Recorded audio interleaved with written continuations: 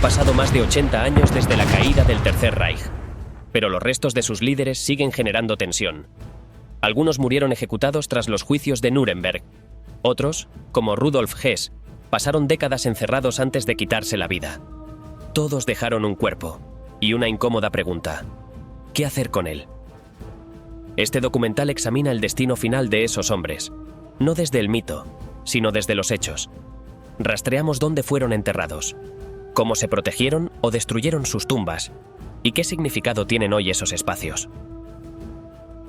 El caso de Rudolf Hess es uno de los más emblemáticos. Su tumba en Wunsiedel fue un punto de reunión para grupos neonazis durante más de 20 años, hasta que fue demolida. Sus restos fueron cremados en secreto y arrojados al mar.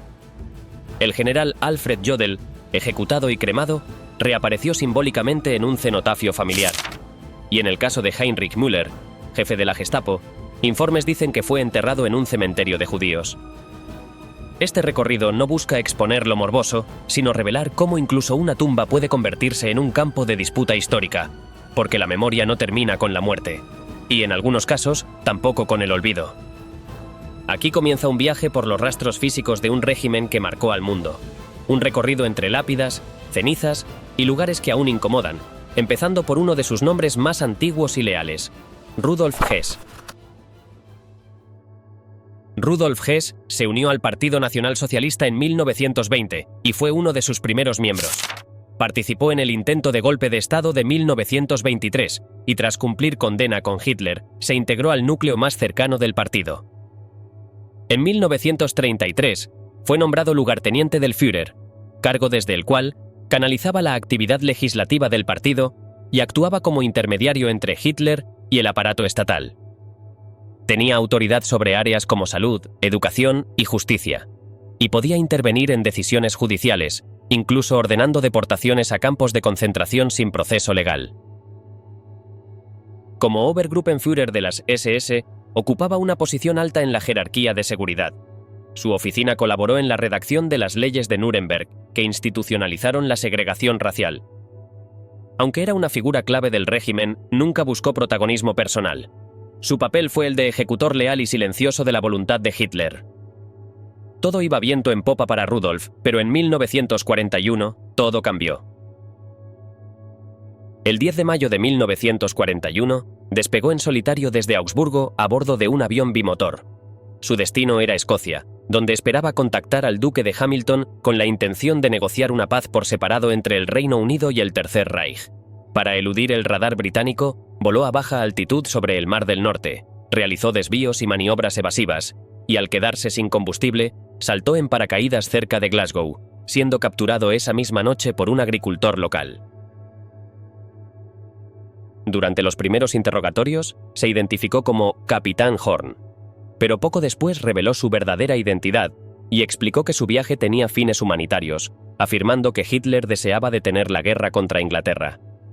Churchill, informado de inmediato, ordenó que fuera retenido bajo custodia como prisionero de guerra. Mientras tanto, en Alemania, Hitler reaccionó con furia, lo destituyó de todos sus cargos, lo declaró traidor y para evitar tensiones con sus aliados, instruyó a la prensa para que lo presentara como un hombre perturbado que había actuado por iniciativa propia. Al terminar la guerra, fue procesado en los juicios de Nuremberg, donde se le acusó de conspiración y crímenes contra la paz. Fue condenado a cadena perpetua y enviado a la prisión de Spandau, en Berlín Occidental, donde pasó más de 40 años, durante la mayor parte del tiempo como único prisionero, bajo estricta vigilancia internacional. A lo largo de su encierro, presentó comportamientos erráticos, afirmaciones paranoides y episodios de amnesia. No fue sino hasta 1969 que permitió por primera vez visitas de su familia. Con el paso del tiempo, Hess envejeció en soledad, completamente aislado del mundo exterior. La prisión de Spandau dejó de parecer una cárcel y se convirtió en su única realidad. Entre muros agrietados y pasillos silenciosos, el último prisionero del Tercer Reich se marchitaba lentamente. Aquel hombre que alguna vez simbolizó la lealtad fanática al Führer había caído en el olvido, mientras la muerte parecía demorarse con una piedad que él jamás tuvo con sus víctimas. En 1981, a los 86 años, le instalaron un ascensor para facilitar sus paseos. Al año siguiente, recibió atención médica permanente. Más tarde, construyeron una cabaña en el jardín, primero como refugio del calor, luego convertida en sala de lectura. Allí pasaba la mayor parte del día, aislado, rodeado de libros y recuerdos distorsionados. Para 1987, llevaba 41 años en Spandau, la mayoría en completa soledad, vigilado por fuerzas aliadas rotativas: Estados Unidos, Reino Unido, Francia, la Unión Soviética y Canadá. Todo ese aparato internacional custodiaba a un solo hombre. El 17 de agosto de ese año, Rudolf Hess, con 93 años, se quitó la vida. Usó el cable de una lámpara para ahorcarse en la cabaña del jardín. En uno de sus bolsillos dejó una nota para su familia, agradeciendo el apoyo durante su encierro. Las potencias aliadas confirmaron el suicidio, aunque persistieron dudas y teorías de asesinato. La ambigüedad envolvió sus últimos días, en una ironía final para quien había hecho del silencio y la obediencia ciega su forma de vida. Tras su muerte en Spandau, lo que vino no fue el olvido, sino algo muy distinto. Durante décadas, cada 17 de agosto, la pequeña localidad bávara de Wunsiedel se transformaba en escenario de concentraciones neonazis llegadas desde distintas partes de Europa. El motivo era uno solo: rendir homenaje a Rudolf Hess en el día de su muerte. Aunque desde 2005 estas marchas estaban prohibidas por el Parlamento alemán, las medidas no lograron frenar los actos simbólicos, ni las provocaciones, ni la constante presión social sobre la comunidad local. Año tras año, manifestaciones ultraderechistas y contramarchas de protesta ocupaban el espacio público, acompañadas por un despliegue policial cada vez mayor. En 2004 se registró el punto más alto, con 5.000 asistentes entre simpatizantes y opositores. La tumba de Hess, ubicada en el cementerio protestante de Wunsiedel, había sido instalada en cumplimiento de su última voluntad, junto a los restos de sus padres. En la lápida se leía una inscripción escueta y cargada de sentido para sus seguidores: «Yo me atreví». Con el tiempo, ese lugar dejó de ser una simple sepultura y se convirtió en un punto de peregrinación ideológica. El deterioro del ambiente en el pueblo y la imposibilidad de frenar la instrumentalización política del sitio forzaron a las autoridades locales a actuar. La Iglesia luterana, dueña del terreno, denegó a la familia la renovación del contrato de sepultura, que vencía en 2011. Aunque inicialmente hubo resistencia por parte de los descendientes, finalmente se llegó a un acuerdo. La operación se llevó a cabo de madrugada. Según el jefe del cementerio, los restos estaban ya descompuestos, dispersos en la tierra. Fueron recuperados, colocados en un nuevo ataúd y trasladados discretamente para su cremación. Las cenizas fueron arrojadas al mar, en una ubicación no revelada, con el objetivo de evitar cualquier intento de glorificación futura. Por otro lado, la lápida fue totalmente destruida. Se tomó así una medida definitiva para impedir nuevos actos de culto alrededor de su figura. Desde la parroquia, el argumento era claro: acabar con el peregrinaje y cortar el vínculo simbólico entre la extrema derecha y ese lugar. La comunidad llevaba casi 2 décadas viviendo bajo una presión constante, con sus veranos marcados por el temor a disturbios y la tensión política. El exconcejal Peter Seiser llegó a afirmar que durante 18 años no pudo tomar vacaciones en agosto debido a las concentraciones anuales. Para algunos grupos extremistas, Hess sigue siendo un mártir. Persisten teorías que sostienen que no se suicidó, sino que fue asesinado por militares británicos. Hay quienes lo vinculan con el ocultismo, y sus seguidores han promovido actos en su memoria, incluso desde lugares tan lejanos como Oregón o California. A pesar de todo, en Wunsiedel ya no queda ningún vestigio físico del que fue durante años su centro de culto. Tras años de culto a figuras como Rudolf Hess, el recorrido sigue con Heinrich Himmler, el rostro más emblemático del aparato represivo nazi. En 1929 asumió la dirección de las SS, y bajo su mando dejaron de ser una organización secundaria para convertirse en uno de los pilares fundamentales del régimen. Con la llegada de Hitler al poder, Himmler consolidó su influencia. Primero como jefe de la policía de Múnich y más tarde de todas las fuerzas policiales del Reich. Desde 1936 controló tanto la Gestapo como las policías criminales y uniformadas. También instauró y dirigió el sistema de campos de concentración, con Dachau como modelo inicial. A través de las SS Totenkopf-Verbände, creó una estructura autónoma para gestionar estos centros. Durante la guerra, formó la Oficina Central de Seguridad del Reich y organizó a los Einsatzgruppen, responsables de fusilamientos masivos en Europa del Este. Supervisó la expansión de Auschwitz y la implementación de las cámaras de gas. Bajo su liderazgo, se ejecutaron políticas de exterminio, deportaciones, germanización forzosa y secuestro de menores. Himmler no solo operó como ejecutor del Holocausto, sino también como el arquitecto de un sistema ideológico basado en el control total y la exclusión racial. Tras la caída del régimen que él mismo había contribuido a edificar, Heinrich Himmler trató de eludir su captura. A comienzos de mayo de 1945, se dirigió a Flensburgo acompañado por un grupo reducido de colaboradores, con la intención de obtener un lugar en el gobierno provisional liderado por Karl Donitz. Su propuesta fue rechazada de inmediato, dejándolo completamente al margen, sin apoyo político, sin protección institucional y bajo la presión de una persecución aliada en aumento. Ante esta situación, optó por desaparecer. Se afeitó el característico bigote, se rapó la cabeza, cubrió un ojo con un parche y adoptó una identidad falsa como integrante de la Feldpolizei, una unidad ya inexistente. El 21 de mayo, mientras se desplazaba por el norte de Alemania, fue interceptado en un puesto de control improvisado por exprisioneros soviéticos, cerca de Bremervörde. Aunque sus documentos falsos no levantaron sospechas inmediatas, su presencia llamó la atención. Fue detenido y trasladado entre distintos centros de prisioneros, hasta ser conducido 2 días después al centro de interrogatorios británico de Luneburgo. Allí, durante un registro, Himmler se identificó voluntariamente y solicitó hablar con los generales Eisenhower o Montgomery, lo que activó de inmediato los protocolos de seguridad. Temiendo un posible suicidio, los británicos ordenaron un examen médico exhaustivo.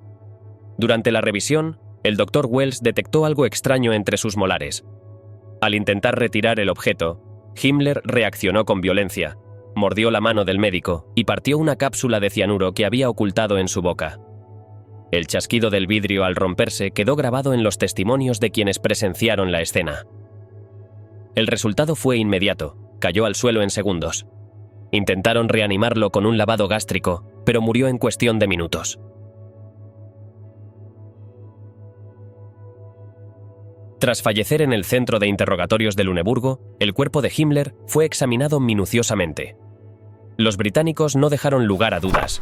Fotografías, grabaciones y una máscara mortuoria en yeso documentaron su fallecimiento. Todos los presentes en el cuartel desfilaron ante los restos del antiguo jefe de las SS. Uno de ellos, el oficial de inteligencia Guy Adderley, llegó a fotografiar el cadáver con su propia cámara. Décadas más tarde, en el año 2011, sus descendientes intentaron subastar esa imagen, pero la casa de remates canceló la venta al temer que se convirtiera en una pieza de culto nazi. El 25 de mayo, el cuerpo fue sometido a una autopsia completa. Se verificó su identidad mediante comparaciones dentales, se extrajeron partes del esqueleto y el cerebro fue enviado para análisis. El informe describía a un hombre adulto, en buen estado físico, con la cabeza recién afeitada, gafas prominentes y una leve desviación nasal. Sin rasgos faciales atípicos, los médicos confirmaron que el cuerpo correspondía al antiguo Reichsführer. Para evitar la creación de un lugar de culto, los británicos ordenaron un entierro anónimo. 2 sargentos, Bill Ottery y Ray Weston, llevaron el cadáver envuelto en mantas a un bosque cercano en Lundburgo Heath. Allí, bajo un gran árbol y en presencia de un capellán militar que recitó los últimos ritos, depositaron el cuerpo en una fosa sin nombre. Cubrieron la tumba, eliminaron toda señal visible y dejaron que la vegetación hiciera el resto. Antes de morir, ambos sargentos revelaron la ubicación a Winston G. Ramsey, editor de After the Battle, quien juró no divulgarla. Se especula que el cuerpo fue exhumado tiempo después para confirmar que no se trataba de un impostor, dada la persistencia de teorías sobre dobles y huidas encubiertas. Los análisis forenses descartaron esa posibilidad. Los archivos oficiales británicos que registran el sitio de entierro continúan bajo secreto. Mientras tanto, persiste la idea de que el antiguo jefe de las SS descansa, sin lápida ni nombre, en algún punto olvidado del bosque. En paralelo, se descubrió su fortuna personal bajo un granero en Austria. Según relatos del general Berger, colaborador directo de Himmler, este le ordenó quemar documentación y ocultar dinero en monedas de 26 países. El escondite, disimulado como alojamiento para trabajadores forzados, contenía cerca de 2 millones de libras esterlinas. El conde Bernadotte, mediador sueco que intentó negociar con él en los últimos días, lo describió como un funcionario afable, incapaz de asumir la monstruosidad de sus actos. Y así concluyó el destino del Reichsführer de las SS, sin lápida, sin nombre y absorbido por el anonimato, como si hasta la tierra se hubiera negado a conservar su rastro.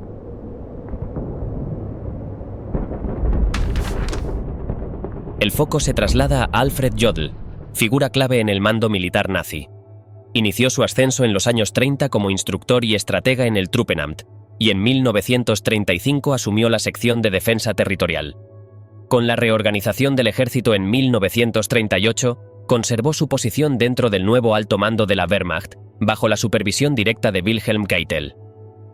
Desde entonces, tuvo un rol decisivo en la planificación de campañas como la invasión de Noruega y Dinamarca, y en la redacción de la Directiva número 21, base de la ofensiva contra la Unión Soviética. En paralelo, avaló medidas contrarias al derecho internacional, como la orden de ejecutar comisarios políticos soviéticos. También respaldó deportaciones y acciones represivas, particularmente en territorios ocupados del este. Su compromiso con la estrategia bélica del régimen se mantuvo hasta los últimos días, cuando, pese al colapso militar, continuó transmitiendo órdenes directas de Hitler. Finalmente, se integró al gobierno de Flensburgo, desde donde participó en las negociaciones de rendición. Con la caída del gobierno de Flensburgo, Alfred Jodl fue detenido el 23 de mayo de 1945 por tropas británicas, junto a otros altos mandos del régimen. En los días previos, había recibido simbólicamente la hoja de roble para su cruz de caballero, un gesto que contrastaba con la inminente disolución de la estructura militar nazi. Tras su arresto, fue clasificado como prisionero de guerra y trasladado para ser interrogado por las fuerzas aliadas. Su caso fue incluido en el proceso principal del Tribunal Militar Internacional de Nuremberg. Se le imputaron 4 cargos: conspiración, agresión, crímenes de guerra y crímenes contra la humanidad. Jodl se declaró no culpable y en su declaración ante los jueces afirmó tener la conciencia limpia ante Dios, la historia y su pueblo. Durante el juicio, sus abogados Franz Exner y Hermann Jarreis intentaron retratarlo como un militar profesional sin peso en las decisiones políticas, pero los documentos y testimonios presentados revelaron su participación activa en órdenes que violaban las convenciones de guerra. El tribunal lo encontró responsable de múltiples crímenes, incluyendo deportaciones, represalias contra civiles y ejecuciones extrajudiciales.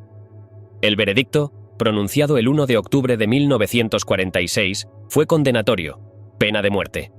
Su esposa, Louise von Benda, escribió cartas a Winston Churchill y Dwight Eisenhower pidiendo clemencia. A pesar de estos intentos, Jodl expresó que prefería no apelar la sentencia y solicitó morir como soldado, mediante fusilamiento. El tribunal rechazó su petición. El 16 de octubre de 1946 fue ejecutado mediante ahorcamiento. Aquella misma noche, su cuerpo fue incinerado junto con los de otros condenados, entre ellos Keitel, Ribbentrop y Streicher, en el crematorio de los Friedhof de Múnich. Para evitar que sus restos se convirtieran en lugar de peregrinación, las cenizas fueron esparcidas de forma clandestina en el río Isar, desde el puente Reichenbach, sin ceremonia ni lápida alguna. Sin embargo, la desaparición física de sus restos no impidió que su memoria siguiera generando controversia. En la isla Frauenchiemsee, en Baviera, la familia Jodl mantenía una tumba familiar donde se colocó un cenotafio conmemorativo dedicado a Alfred. Aunque el monumento no contenía sus restos, sí incluía su nombre, su grado militar y fechas de nacimiento y muerte. Con el paso del tiempo, este símbolo empezó a incomodar a la administración local, que en 2018 decidió no renovar la concesión funeraria. La familia se negó a eliminar la inscripción, lo que dio inicio a un proceso legal. En marzo de 2019, el Tribunal Administrativo de Múnich falló a favor de los descendientes, permitiendo la prórroga del uso del espacio por 10 años, con opción a otros 10. Se argumentó que la estructura no era un memorial ideológico, sino una tumba familiar como muchas otras. No obstante, para preservar la neutralidad del cementerio, se acordó cubrir con una losa de piedra la parte que contenía el nombre de Jodl y su rango, eliminando así cualquier alusión explícita. Pese a estos cambios, han persistido los rumores sobre el verdadero destino de las cenizas. Algunos veteranos y observadores sostienen que los restos de Jodl no fueron arrojados al Isar, sino adquiridos en secreto y trasladados a la isla, donde reposarían junto a su esposa Irma y su hermano Ferdinand Jodl, general de tropas de montaña. Este relato nunca ha sido verificado, pero alimenta la persistente ambigüedad en torno al destino del general condenado. El cenotafio permanece hasta hoy en la Fraueninsel. Allí se leen también los nombres de su primera esposa, fallecida en 1944, su segunda esposa Luise von Benda, fallecida en 1998, y su hermano Ferdinand, muerto en 1956. Las autoridades locales han debatido durante años sobre el valor simbólico de esta presencia, en un equilibrio constante entre memoria familiar y responsabilidad histórica. Tras abordar el caso de Alfred Jodl, es el turno de examinar la figura de Karl Dönitz, uno de los máximos responsables de la estrategia naval del Tercer Reich y figura clave en la evolución de la guerra submarina. Su ascenso en la Kriegsmarine se consolidó en 1943, cuando asumió el mando supremo con el rango de Großadmiral, tomando el relevo de Erich Raeder, pero su influencia venía de mucho antes. Desde mediados de los años 30, impulsó decididamente la expansión de la flota de submarinos, convencido de que el futuro de la guerra naval residía en los U-Boote. Dönitz diseñó y ejecutó una doctrina ofensiva basada en ataques coordinados contra los convoyes aliados en el Atlántico. Esta táctica, conocida como manadas de lobos, buscaba colapsar las líneas de suministro británicas mediante emboscadas nocturnas desde el mar. Bajo su dirección, se desarrollaron modelos como el Tipo 7 y más tarde el Tipo 21, que incorporaban avances técnicos significativos, aunque su despliegue operativo fue limitado por el curso del conflicto. Su apuesta por la guerra submarina total incluyó decisiones que violaban convenciones internacionales, como atacar sin previo aviso a embarcaciones mercantes. Estas acciones, ejecutadas con pleno conocimiento del alto mando, respondían a una lógica de guerra sin restricciones que definió la postura naval alemana durante buena parte del conflicto. A medida que la situación se deterioraba, Dönitz mantuvo el control sobre la fuerza submarina y extendió su influencia dentro del aparato militar, convirtiéndose en una de las figuras de mayor peso en los últimos años del Reich. Desde esa posición, articuló no solo la conducción operativa de la guerra en el mar, sino también una visión estratégica que buscaba prolongar la resistencia alemana en todos los frentes posibles. Tras su breve mandato como jefe de Estado tras la muerte de Hitler, Karl Dönitz autorizó la rendición incondicional de las fuerzas alemanas el 8 de mayo de 1945. Desde Flensburgo, intentó mantener una estructura de gobierno, pero sus órdenes prolongaron innecesariamente la resistencia militar, incluyendo la ejecución de desertores en los últimos días del conflicto. El 23 de mayo, acompañado por Alfred Jodl y Hans-Georg von Friedeburg, fue convocado al buque Patria por la Comisión Aliada de Control. Allí recibió la notificación oficial de su detención. Dönitz, sin oponer resistencia, fue arrestado como prisionero de guerra. En Nuremberg fue juzgado por crímenes contra la paz y violaciones del derecho marítimo. La acusación más grave se centró en una orden dada tras el hundimiento del Laconia, cuando prohibió socorrer a náufragos tras ataques submarinos. Aunque su defensa presentó una declaración del almirante Nimitz señalando tácticas similares por parte de los aliados, el tribunal lo halló culpable y le impuso una pena de 10 años de prisión. Cumplió íntegramente la condena en Spandau y fue liberado el 1 de octubre de 1956. Se retiró a Aumühle, cerca de Hamburgo, donde escribió 2 libros sobre su experiencia. Murió allí el 24 de diciembre de 1980, a los 89 años, por un infarto de miocardio. Luego de su fallecimiento en la víspera de Navidad de 1980, el cuerpo de Karl Donitz fue enterrado el 6 de enero del año siguiente en el cementerio Waldfriedhof de Aumühle, una zona boscosa al sureste de Hamburgo, donde había pasado sus últimos años tras salir de prisión. Aunque el gobierno de la Alemania Occidental le negó cualquier tipo de homenaje militar, el sepelio reunió a cerca de 4.000 personas, incluidos antiguos altos mandos, veteranos condecorados y simpatizantes que lo reconocían por su liderazgo naval y su papel durante los días finales del Tercer Reich. El féretro, cubierto con una bandera, fue transportado por 10 portadores condecorados con la Cruz de Hierro. La ceremonia religiosa se celebró en una iglesia de ladrillo rojo de la localidad, acompañada por miembros de 26 asociaciones militares y civiles que, portando estandartes, encabezaron la procesión hasta el lugar del entierro. Más de 100 coronas de flores, enviadas por organizaciones de veteranos, refugiados alemanes y antiguos dirigentes militares, se esparcieron alrededor de la iglesia. Entre ellas destacaba una enviada desde la prisión de Spandau por Rudolf Hess. Pese a la prohibición oficial, 2 soldados alemanes en activo acudieron uniformados al funeral. Entre los asistentes también se encontraba el reverendo John Cameron, capellán principal de la Marina Real Británica, vestido con su uniforme de gala. Durante el entierro, un grupo de jóvenes entonó el antiguo himno Deutschland über alles, gesto que fue replicado por buena parte de los presentes, haciendo resonar el cántico en todo el cementerio. El entierro de Donitz fue objeto de controversia pública. Aunque algunos lo describían como un militar obligado por las circunstancias a asumir un cargo político indeseado, otros señalaban su inquebrantable lealtad a Hitler y su respaldo a decisiones como la ejecución de desertores en los últimos días del conflicto. No mostró remordimiento por su rol en el régimen ni reconoció la existencia de los crímenes cometidos en los campos de concentración. En 1956, había exigido y ganado el derecho a recibir la pensión correspondiente a su último rango, alegando que su ascenso a gran almirante no debía ser invalidado por haber sido otorgado por Hitler. Donitz fue despedido con honores extraoficiales por parte de decenas de exmilitares, incluidos más de 100 hombres que habían sido condecorados con la Cruz de Caballero. Su tumba permanece en Aumühle, sin símbolos oficiales, pero con visitas regulares de simpatizantes, algunos de ellos vinculados a círculos revisionistas que lo consideran una figura separada de los crímenes del régimen. Pero mientras algunos lo ven como una figura técnica separada del horror, otros como Heinrich Gestapo Müller encarnaron directamente el aparato represivo. Ingresó en las SS en 1934 y pronto se convirtió en una pieza clave del terror nazi. Desde 1935, aunque aún no militaba formalmente en el partido, ejercía de facto el liderazgo de la Gestapo. A pesar de su apariencia tosca y rostro inexpresivo, Müller destacaba por su precisión, discreción y lealtad absoluta al poder.